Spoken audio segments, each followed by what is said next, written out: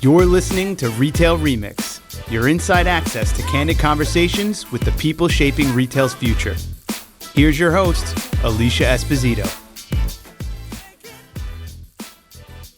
Hello, everyone, and welcome to our special 200th episode celebration.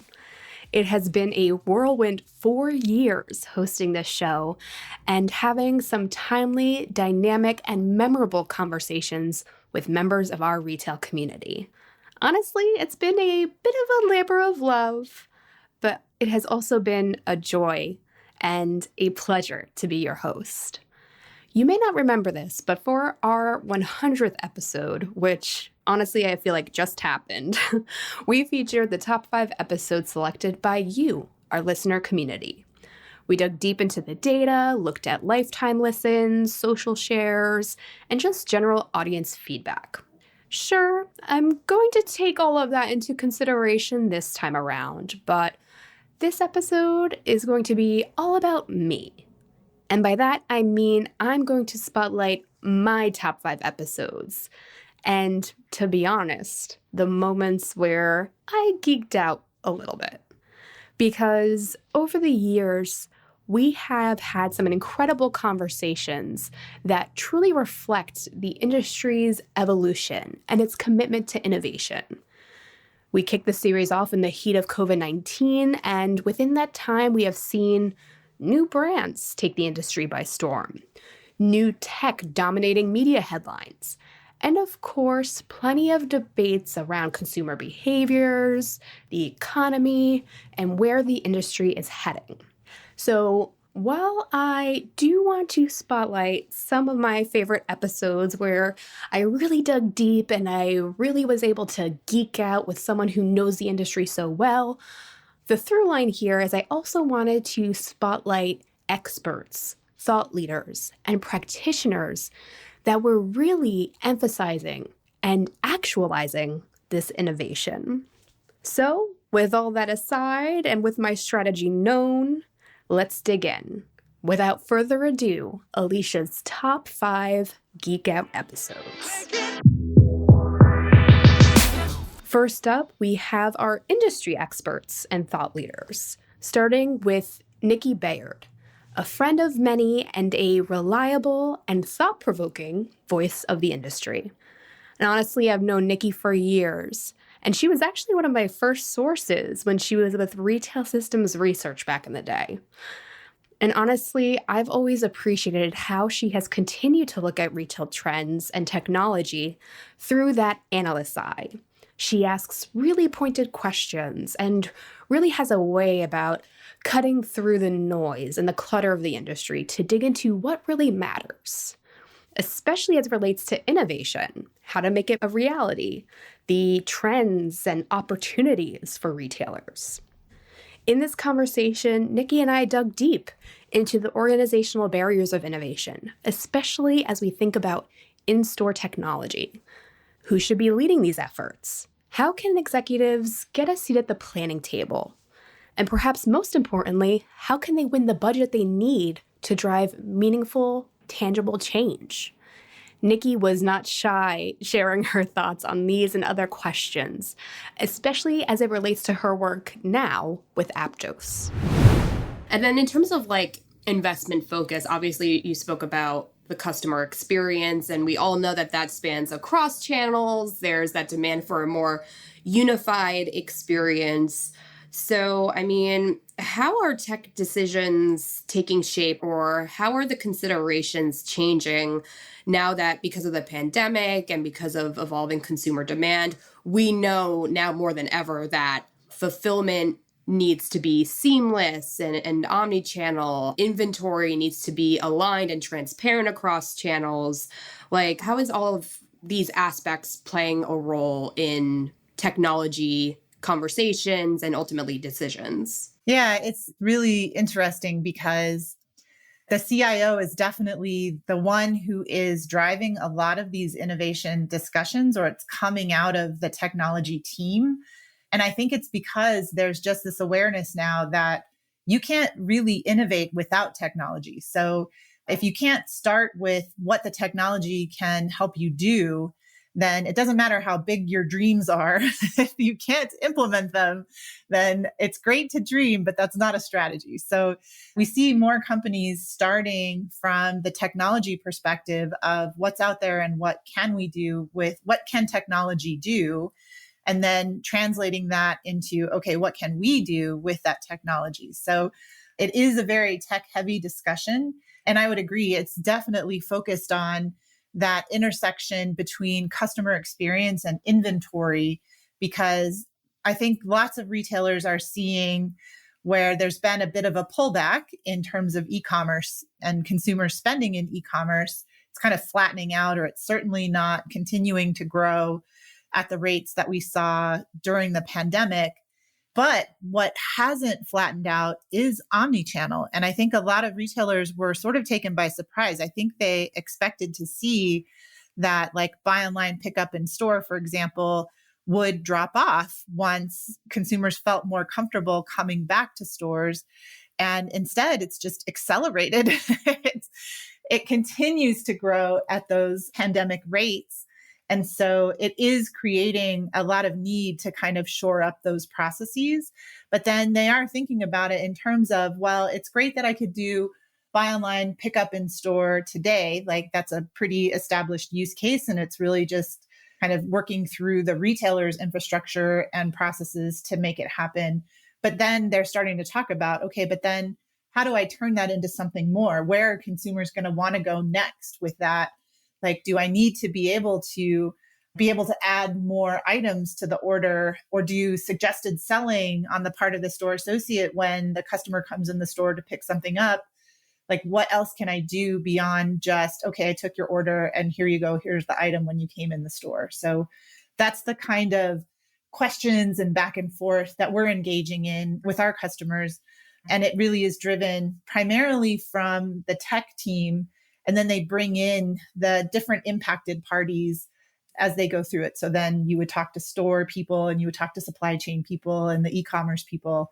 Like, they're the ones who are kind of bringing all of those people to the table. Got it. Okay, that was going to be my next question. So I'm glad you went there. So it's largely the tech team or the CIO kind of leading most of these conversations with you. And then depending on the use case or the impacted parties, as you say, they would kind of bring those team members in to maybe buy in or kind of pull back the layers as far as what that experience needs to look like. Am I getting that right? Yeah. I mean, there is definitely some risk there, because we have encountered some situations where the CIO has kind of sounded like they're talking for the whole organization. And then when we get in and start talking to the other impacted parties, especially the store operations team, right? Because it's just such a complicated operation. It's distributed. It's got such high turnover in the workforce. And you're basically managing 100 to 1,000 mini businesses all on their own. A lot of times we find that the store ops teams have different ideas and different priorities than what the technology group represents. So I would say that while it's awesome and helpful when, you can engage with one group like the technology group, and then they help sort of facilitate within the organization, it's really important to make sure that the rest of the organization is already aligned, as opposed to like a technology executive who sees cool technology, modern architecture, and wants it, and then is trying to persuade the rest of the organization to get it. We've definitely still encountered some of those situations. Another thought leader who has helped many brands drive innovation is Bevan Bloemendahl. He is a beloved figure in the world of design and in-store experience, having spent many years at Timberland. In fact, he helped shape the brand's entire strategy, combining visual storytelling, merchandising, and sustainability, which is a core value for the brand.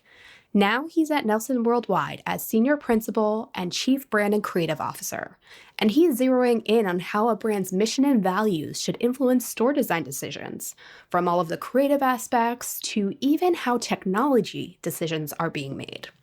His passion for the topic was truly contagious. You can probably hear it in my voice as we get into the clip. And honestly, as someone who has long admired Timberland and their approach to sustainability, I loved getting up close and personal with the man who helped shape the vision. There is a need for pushing creative boundaries now more than ever, especially as we think about the in-store experience. I feel like there's so much kind of up in the air and like still very much evolving. Like you were talking about the pandemic specifically and the lessons for moving forward, like what can we do completely new, completely different, rather than reverting to back to normal, whatever that means, right? And I feel like that especially applies to the more integral role of technology in the store experience. So obviously that collaboration is key, but it's like finding what really matters and what aligns with your North Star as a brand, right? Like what value are you trying to provide to the consumer, right? So I'm curious because your day-to-day is having these conversations with retailers. You've guided projects, that include technology, I'm sure. So, I mean, how do you think technology specifically is impacting the work of design and creative teams?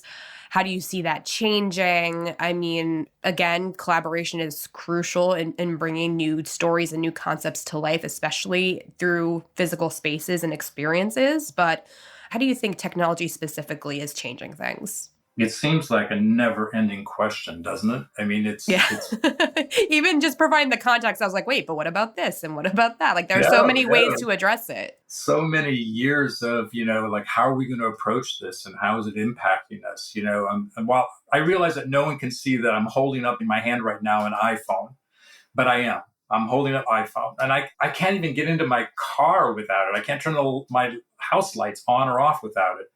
And it's $1 trillion company and has transformed our lives. We have a love-hate relationship with them because, they changed the charger ports or something. We have to buy more accessories. I mean, it's a smart move on their part, but we have this love-hate relationship. But we as consumers today expect value beyond the transaction and experience that are going to transcend that product. And they've done exactly that.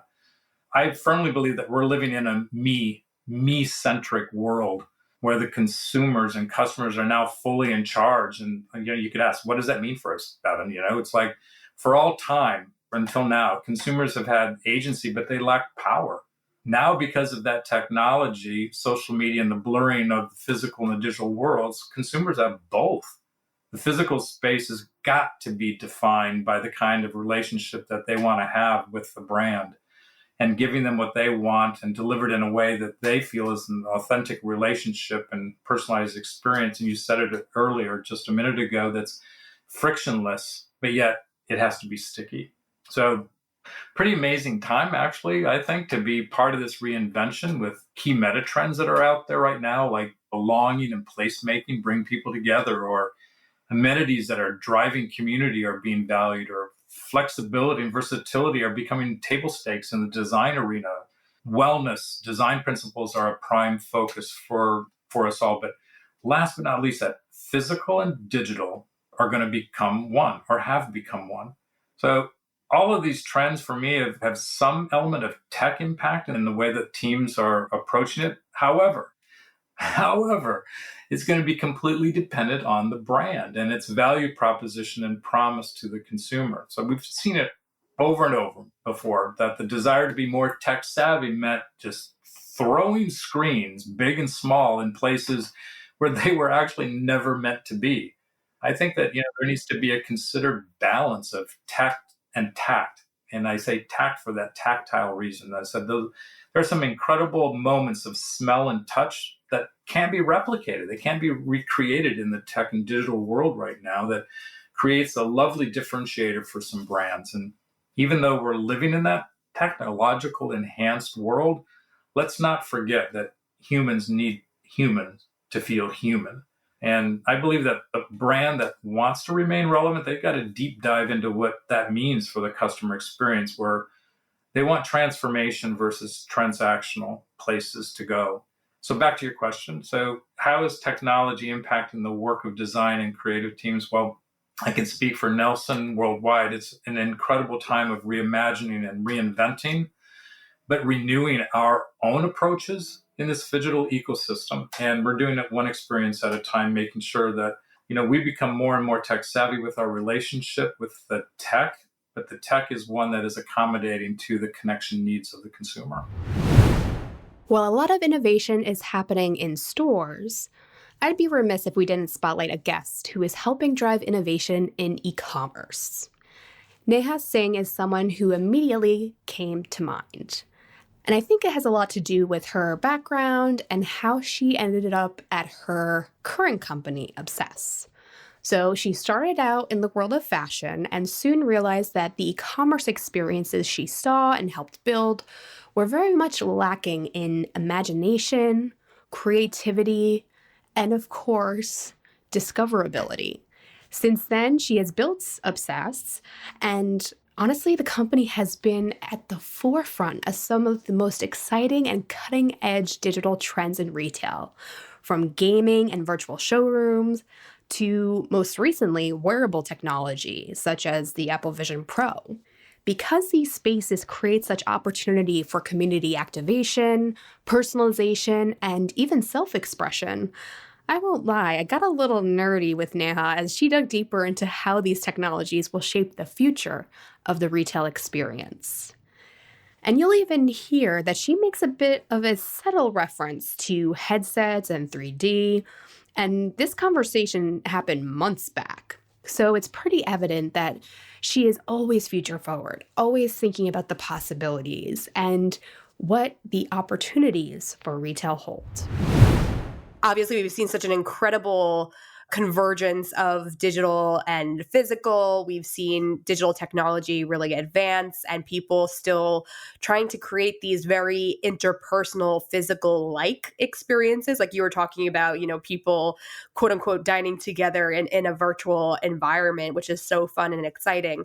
So, what do you think is to come in the future? How do you think this convergence will continue, especially as these virtual communities get more robust? Like I'm thinking about the Roblox, like you were saying earlier, and these digital capabilities get more sophisticated. Like, where do you think this is going? Yeah. So, I think we are still at the very beginning of all of this, right? So all of this has existed, let's say, for 2 years at this point. So we are still at the tip of the iceberg. I think there's multiple sort of areas in which it's going to evolve. So first of all, as our kind of just hardware continues to improve, these experiences, all of these virtual 3D experiences will actually become much more dynamic and richer and personalized. Because at the moment, we still have some restrictions on what we can and cannot render graphically on a browser, on a mobile device. So we are not fully able to eventually, like, let's say, our goal would be, Alicia, if you're going to the store or if I'm going to this virtual store, we can actually see different products because it's all digital, right? So we should be able to just completely personalize the products in the store or even the store itself to the consumer. So you're going to see things like that as hardware improves, where we can do essentially more real-time 3D rendering, and then the experiences will just get richer, more animated. So that's one area. The other area is, which you kind of touched on, is experiences becoming more human.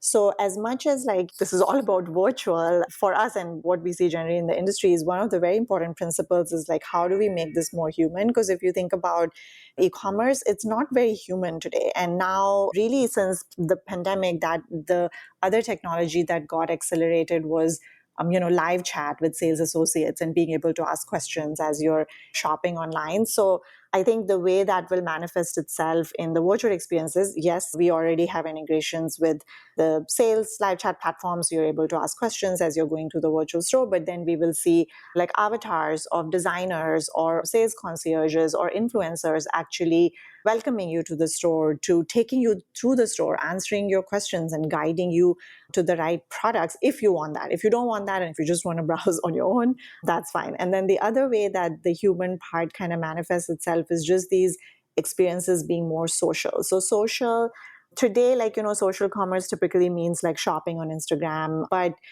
really the other kind of behavior that exists in real life and that hasn't really existed online yet is shopping with friends. Like, right, in real life, you go shopping with friends. It's an entertainment activity.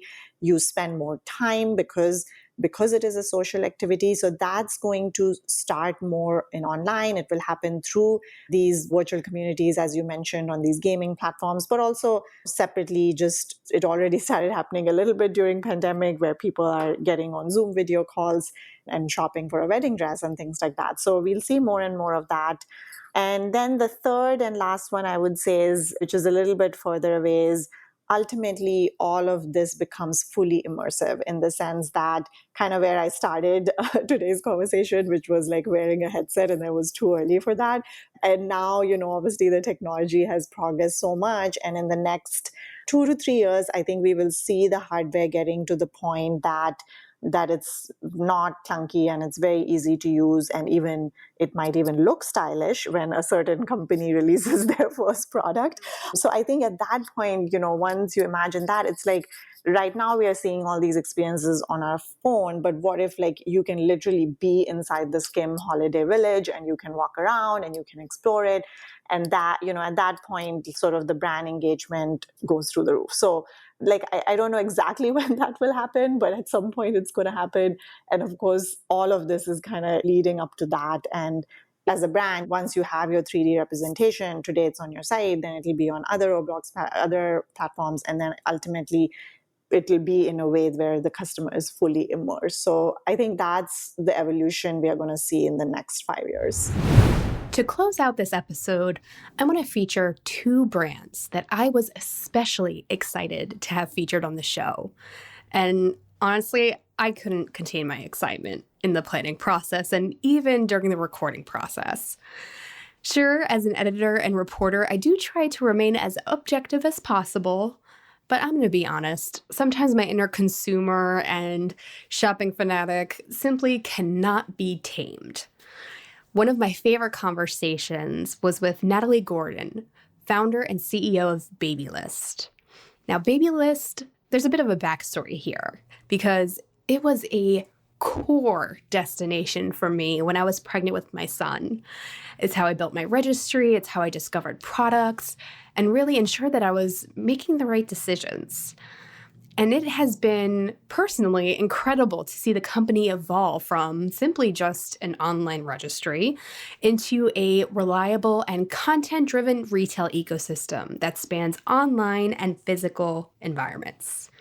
And you know me, anytime we get into content marketing or marketing in general, I definitely get a little nerdy. So we dug deep into that content aspect of the organization, what has worked, what hasn't, how the company is scaling these operations. And honestly, it got my content marketing brain spinning. Great. I always find it so interesting, especially for, the baby category, because it is this like very fascinating combination of, personal stories and experiences, but also like it can be technical. It can be like anything around like new technology, right? And like there are so many like connected home products and even things like, I want to say like diaper pails, right? Like just like there are technical aspects to that. And I'm like, oh, okay. But then there's also the health and safety side of things. Like I could imagine it can easily feel a bit overwhelming, but like you guys just do it so well. So like, what does your content strategy look like today? Because you have like the core e-commerce experience, you have social platforms. So like, how are you guys thinking about this moving forward? Like what is really going to be central to your content strategy? I think I want to answer it in 2 different ways. I think for our content strategy, as it really relates to helping you make these product decisions and Babylist being the destination to do that, we see product decisions split in 2 ways. One is very high consideration products. So that is your baby monitor. That is your stroller and your car seat. You are going to really research these products. They're most often higher price points, but also just high consideration. You really want to get it right. The other type of product is low consideration. It's a product where someone could see that and immediately know if they want to add that to their registry or purchase it. That's like cute baby clothes or books, or we brought a product to market. It's a bottle sampler box called the Babylist Bottle Box. That's a low consideration product. Everyone would put it on their registry or purchase without much research. And so with those 2 categories, it actually really changes where you would put them and the depth of that content. Are you looking to be inspired and discovering products? I'd consider those the low consideration. Or do you really want to do deep research? That's the high consideration. The second thing about this content strategy and really how we are thinking about it is that we've had a couple of pop-ups this year, and kind of in those locales where Babylist actually was manifested in this amazing physical space, the content production moved there, and I think was the best that we've ever produced. And so we're really looking at this blending of physical and digital to bring both real world experiences to life and really tie it to the content that we bring to life.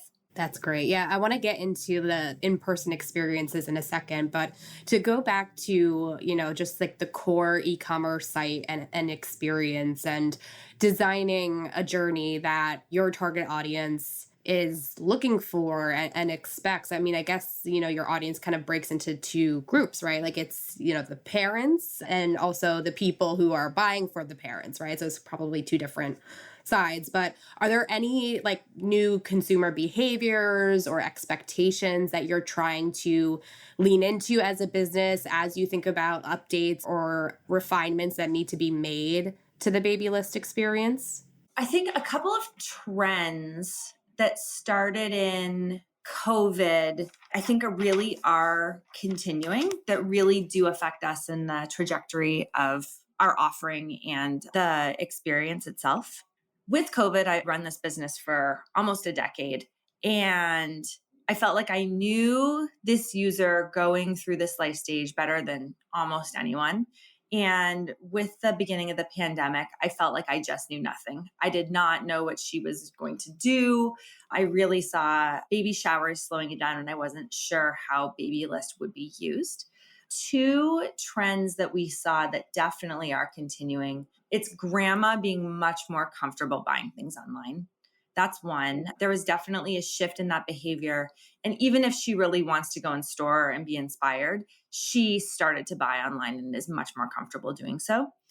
The other is if baby showers have absolutely come back to the height that they were before the pandemic, but now it's also very normal and accepted to have a virtual shower on Zoom for the people who are far away and would never have been able to travel in for your baby shower.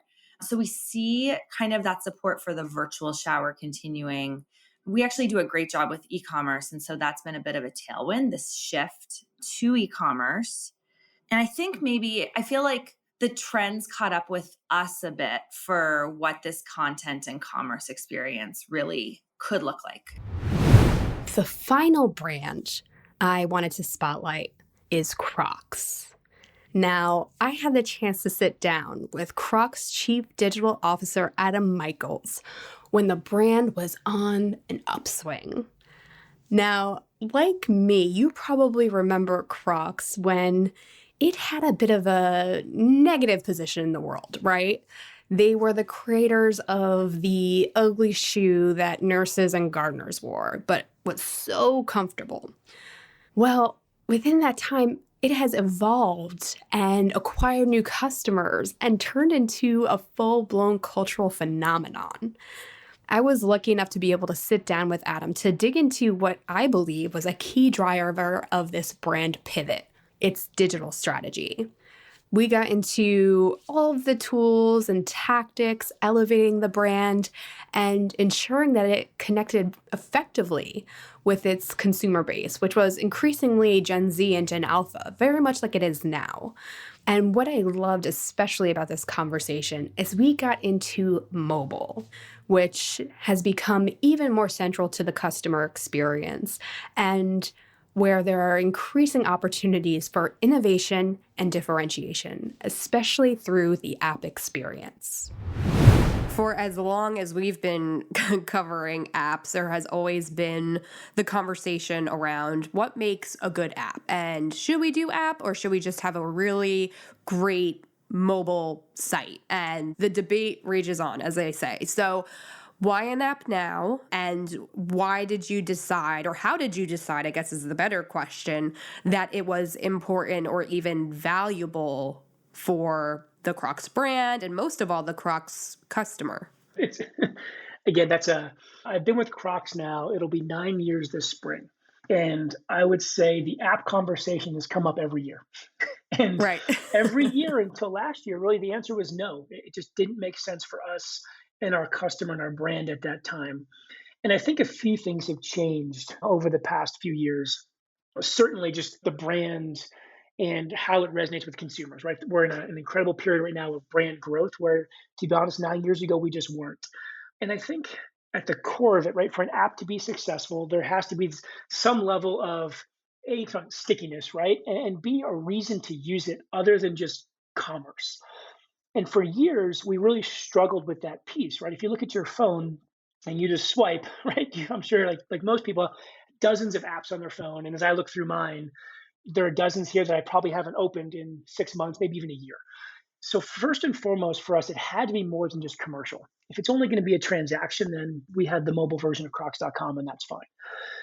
And I think what's really changed for us is a few things. One, as the brand simply has grown, I think it offers us an opportunity to have more direct conversations with our consumers. And we can maybe talk about it later too, this idea of kind of first party and zero party data and what's happening in the marketing space with third party data. So one, I think it's a critical touch point in sort of the convergence of our digital and physical environments. I also think, as a brand, we've really focused on this idea of collaborations. And we've done some really exciting ones with Post Malone and Justin Bieber and KFC and the list goes on. And we have more planned. And we really thought, like, wow, if we had an app, one, it's a real reason, right, for someone to want to download the Crocs app if we have an app exclusive collaboration, right? There's a real reason to access some really unique product through the app if it's only available on the app. So we thought we had a real reason for that. And then another piece is this idea of personalization. And what I mean by that is not necessarily consumer journey personalization, although that's important, but product personalization through our gibbets, which essentially are those charms that you put on the shoes and the holes of our shoes. And it's a really incredible opportunity for consumers to sort of have personal expression, to really customize their footwear in a way that really isn't possible with almost any other footwear brand. And we thought the app also now gives us some really unique capabilities that we're going to be rolling out around virtual reality, augmented reality with gibbets and how they interact with your feet, how you might interact with other fans of Crocs with gibbets through the app. So I think we have kind of a confluence of things happening that really made that app important for us. And again, something we think will actually provide value to the customer, not just because we thought it would be cool to do an app. And so I think we're really pleased with what we've seen so far in terms of engagement and how people are using it. We've got a pretty robust roadmap this year that it will be focused on that experience, right? And making it a unique one and things and content that you may not find on Crocs.com.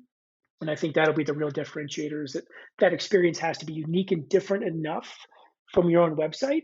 Otherwise, people just won't use it. Well, folks, that was a fun trip down memory lane, but that is sadly all the time we have today.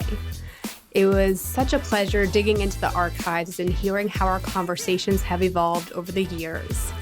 But honestly, I want to know, did we miss one of your favorite episodes? I want to hear from you. Feel free to drop us a line on social media at Retail Touchpoints on LinkedIn and our Touchpoints on X. Or, without a doubt, feel free to connect with me directly. Like I said, I would love to hear your thoughts on the show, how it's progressed, your favorite episodes, and even if there are any folks you would like to hear in our hot seat moving forward. Thank you all from the bottom of my heart for listening. We'll see you next time.